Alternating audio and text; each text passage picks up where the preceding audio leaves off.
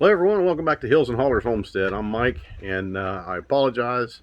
We got one how-to video in yesterday, and I did it with a cell phone camera, and then I got out my fancy new camera, and I did read the instructions a little bit, also known as the manufacturer's opinion. Men are terrible for that. Um, so I did a video yesterday or last evening when we were canning, pressure canning beef stew and stuff, and once I got everything uploaded onto my laptop and started trying to go through and edit and make it look a little better, it was terrible. It was just miserable. And I have an external microphone attachment on it, and it's plugged in, it's on. But it didn't help. So I need to do a little bit more reading, a little bit more practicing and stuff on it to figure it out. Anyway, so we did. We got 14 quarts of beef stew canned last night, homemade beef stew. We're actually doing another 14 quarts right now because we ended up buying two whole sirloin roasts. And each one of those, and this is a full sirloin roast. I mean, they're like 9 pounds each. I think each one's about $40. Figure everything in on it. And we cut those up into stew meat size cubes and stuff. And we did onions, potatoes, carrots, celery, garlic, peppercorns, and a little beef broth made out of beef base with some basil leaves to put in on top of it. You don't have to do it like that, but that's how we did it. And like I said, there's so many videos on YouTube right now for canning and stuff like that, pressure canning and everything. I don't know if me adding one to it's going to make any difference, but I couldn't find any out there that were wrong or would take you in a wrong direction. So all I'll tell you is in the future is if you decide you want to learn how to do it like that, there's plenty of videos out there without us putting any out there. So we're on actually Halloween day here. We've yet to have a frost here, which is odd. Usually by the second, third, or even into the fourth week of October, we've already had a frost or three, and we've not had one yet. And funny thing is we went out to the garden this morning because now they are actually calling for a frost, and we pulled all the rest of the peppers out, pulled all the plants out, and got them uprooted for the year, and ended up with 5 bags of hot peppers, hot Hungarian wax, sweet Hungarian wax, a bunch of the bells, and of course the very hot peppers that I like to grow. And we're going to dehydrate a bunch of those very hot peppers, the scorpion butch, Scotch bonnets, and devil's tongues. So we've raided the beds. I left a couple plants. The Scotch bonnet was a tree and it's still got a bunch of green peppers and stuff on it, so I decided to leave them, and maybe it'll survive, maybe it won't, I don't know. But the rest of it got kind of thrown out there. I left a bunch of the leaves and the old peppers, the little tiny peppers, and the started to rot peppers in there, just to kind of add a little bit of compost to the bed. Surprisingly, there's still flowers all over them, so they're still blooming. And I think if we haven't had a frost in the next week or so, they'd have just continued to grow. But anyways, so they're out, they're done. And then I just went and harvested the rest of the basil that we had. Emily's been drying basil and drying thyme and rosemary, and out of our little herb gardens and stuff. I actually see dill sticking up here, so we've got that going. Last night in the middle of filming, my sinuses, and this is a good indicator because 50 years of living here, you know when the weather's about to make a serious change, because my sinuses just went and no, I don't have COVID. I've had COVID. I know what it feels like. I know the symptoms of it. But what little taste and smell I've regained from my recovery from COVID from last December, which was only about a quarter or less, I lost again. So I just barely catch faint smells and faint aromas and stuff. So but garden beds they're done for the year. We've got them cleaned out of the rest of the harvestable vegetables. And what we'll do is wait till after this frost, everything wilts, and then I'll just pull it all up, lay it down in the bed there, or lay it on the ground there, and I'll hit it with the lawnmower and mulch it all up. And then we'll just put that all back in the beds. And leaves, I'll gather up a bunch of leaves and stuff like that. And our plan this year is we'll gather up a bunch of leaves, and I'll just put them in a pile and hit them with the mower, and we'll chop and mulch all them up, and we'll just top these beds off with all that mulch. And then I'll bring in, I got some wood chips over here. I got a mountain of wood chips over here. It's been sitting there since last March, April. So they've been composting really well. and I'll dig down to the bottom of that, flip some of those over, and I'll top that off, top the bed off, and then we'll come in with some heavy mill black landscape plastic and put over the beds and kind of put them down tight over the beds and let them cook through the winter. And that way we'll have a good solid composted base for the winter, and or for the spring when planting season comes back, and save a little bit of half to top these beds off, because that's one of the drawbacks with the raised beds is you do have to kind of top them off every year because they settle. They drain so well that they settle out, so you do have to kind of add a little bit more to them each year. But that'll help us save. And of course I got plenty of chicken manure and chicken litter and everything else from the coop out there that we'll put in there to help kind of fill that void, and it'll already have been composted through the winter. So with these beds being metal and putting that heavy mill black plastic over top of them, they will hold heat. Of course, composting does produce heat, so that'll all be involved in it. Sorry, I had something on my forehead the whole time. Nobody said a daggone thing. That's my forehead. That's my afterhead, by the way, if you didn't know. So future videos, let me know if I got something on either my fore or my afterhead, other than the bright shine I got there. We got a little bit of UV lights coming through today. Anyways, like I said, I do apologize. We did get one how-to video in yesterday on lamb chops, and oh god, those are still good. But I'll learn a bit more on the camera here and try to get a little better quality, because I don't want to put out crappy videos any more crappy than what they already are. It's just some yahoo stand here on his porch talking on a 52 degrees fall day with actually had a little break in rain. It's all it's done for like the last week is rain. We've had very little break in rain and everything, and it's just raining, and it's been that continuous overcast, misty, just dreary type of stuff. But we need it because we've had an extremely dry summer here. People 6 miles across the hill from us, they got drenched most of the summer. We were dust bowled. And it was just crazy how the weather moves around us here. And of course, West Virginia, when the weather comes from the west and it hits the Ohio Valley, once it hits comes across the plains, the Midwest and the plains there, and once it hits the Ohio Valley and the mountains, it turns weather crazy. It goes in all directions. I've seen flooding in 6 miles away from me, and we've not seen a drop of rain. So, and I've seen flooding in 6 miles both directions, and north and south of us, and we've not seen a drop of rain. So it's pretty crazy. But yeah, we're looking for our first frost. It is Halloween. The kids are up at their grandparents in neighboring, or a couple counties over. That's where my in-laws live. So they're over there, and we're going to be heading up there this afternoon and take them trick-or-treating up there, because it's a nice little community. Not that ours isn't, but it's a town. So it's a nice little town up there, and where this is, you're walking a long ways to get a little candy. So and it's a backcountry road with very few street lights and stuff. So, and those are usually just privately owned, it's somebody's driveway and stuff. So it's just safer.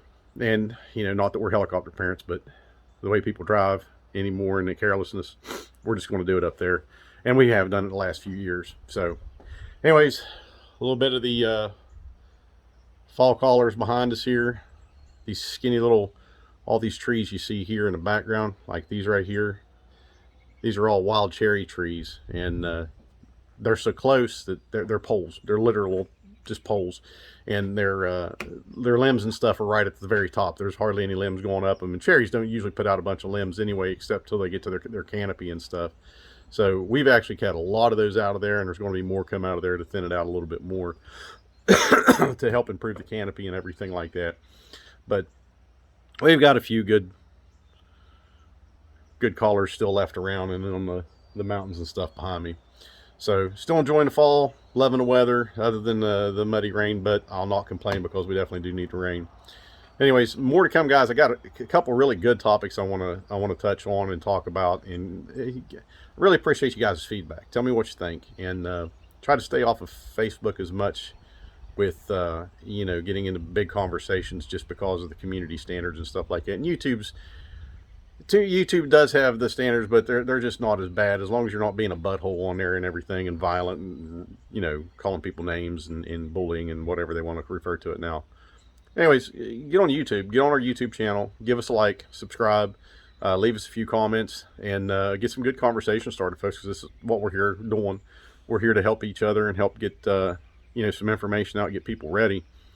Our shopping trip yesterday, like I said, if you noticed on well, that would have been on my own personal page. I didn't even put that out there. So yesterday, because of our work schedules, we end up going on weekend shopping. is when we get our errands done. Is usually on the weekends. If we have to do anything during normal business hours, we have to take time off work. So yesterday, with the kids being at the grandparents, we took off and went to Sam's Club and Walmart and Food Lion. There were sales at each one of them, or marked down prices at one of the others. So we just went ahead and decided, well, we're just going to just load up, you know. And we come out of Sam's Club at $325 with a half a buggy full. That was it. Not an empty shelf in the store. Everything was good and highly stocked. We went to Walmart, and it was actually surprisingly, the shelves were full, absolutely full. Everything was there. Everything was in stock. They even had a buttload of canning stuff and lids and jars and stuff. So they had a bunch of that. We went in for two things. We come out $250 out of Walmart. And locally, I like to buy our steaks and stuff because I am mostly a ketogenic type of diet, but I follow a kind of a mix between ketogenic and carnivore. It's called a ketovore diet. I didn't make that up, believe it or not. I did not make that up. I don't claim any part of that. But so we bought our steaks locally here, and his prices have stayed the same for at least the last year, $12.99 a pound. And they were $16 a pound, $15 or $16 a pound at Sam's yesterday. And I got these at $12.99, and that's where he stayed. So we bought 16 ribeyes and 12 strip steaks, and it's $341. So we, like I said, we dropped the dollars yesterday, but we're stocked up now. There may be a little thing here and there that we would need, but I think honestly and truly, if the proverbial crap would hit the fan at this point, and we would have to be, you know, hunkered down and staying home, and you know, something would happen that where, you know, there was no supplies or very limited supplies, I think we would be good for the long haul. So that's security and safety right there. That takes a lot off of my shoulders, because I tell you what, my biggest focus has been here in the last year is make sure my family's taken care of, and making sure that we do have food stores and food security. And that's right there, the whole part of all of this.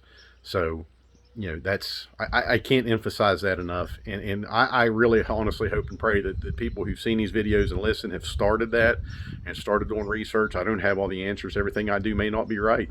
Everything I do may not be the accepted or, you know, the mainstream way. But what I'm doing is I'm providing that food safety and security for my family. We are. My wife and I both. It is a team effort. But, you know, that's been my focus, and that's what I want to just press on people. I think it was something I read there just here recently. It was 70 years ago, 70% of the American population grew their own food. They grew gardens, they raised animals, they had chickens in the backyard, they had eggs. You know, they had farm animals here and there. You know, even on small lots, 70% of the people raised, you know, their own food, and depended very little on stores and supply chains. And even then, their supply chain was right there in their neighborhood. It was right there in their area. And we've gotten so far away from that now. I'm going to say 97% or more of the people are professional consumers. And the good thing is the movement that we've seen over the last few years of just the homesteader movement, the more self-sufficient, self-reliant. And it isn't, like I said, it isn't doomsday prepping. It isn't, you know, fear of, oh my God, this is going to happen, the world's going to end, and we're all going to starve to death. It's, hey, you know, we can't depend on the government. We can't depend on any agency out there. You know, you can't depend on anything like that in the end. Well, not in the end, but you know, when it all comes down to it, you're going to be responsible for yourself, and you're going to be responsible for your family, and getting that kind of security that there is food there. And you know, I can't emphasize that enough, and I will with almost every video I put out there. I will emphasize self-reliance, self-sustainability, reliance. Just, you know, doing for yourself and doing for your own, and doing for your family.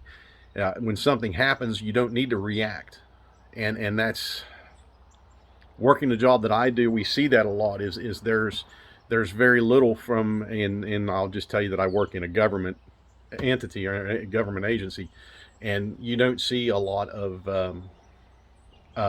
proactive approaches. It's always knee jerk. So there's always a reaction instead of just putting into action what plans already should have been there and what contingencies should have already been there. So that just strengthens more and more my resolve to do better for ourselves and our family and stuff like that, and getting this information out to people. So again, let's work on that stuff. Remember, 3 days at a time. You're going to start your prepping. Go to the store, buy 3 days worth of preps, and every time you go to the store, you got a little, maybe a little surplus money here and there or something like that. Like I said, you don't have to spend hundreds of dollars. 3 days at a time, and build on that, and start building that food store, and the water, and that security and safety for you and your family when something happens. Okay, and that when will, 9 times out of 10 will be weather related, or like now with the pandemic. So, if I don't have to go out, we're not going to go out. Unfortunately, we do have to go out still at this point. And when we do go out, we do it all at once. We do it in one day, and we stay the heck away the rest of the time. It's much more peaceful. So, anyways, again, guys, go back to the get on the channel here. Give us a like, subscribe to our channel, leave us a comment. You can hit that little bell, and you'll get notifications when new videos are put up. Again, I don't do this for validation. I do this because I ask you to do this because Facebook. Can't get away from that either, can we? YouTube has an algorithm, so likes, comments, subscriptions, and alerts will help our channel grow, help get our information and our message out there to help people get along and get prepped and get ready. Take care, folks. See you in the next video.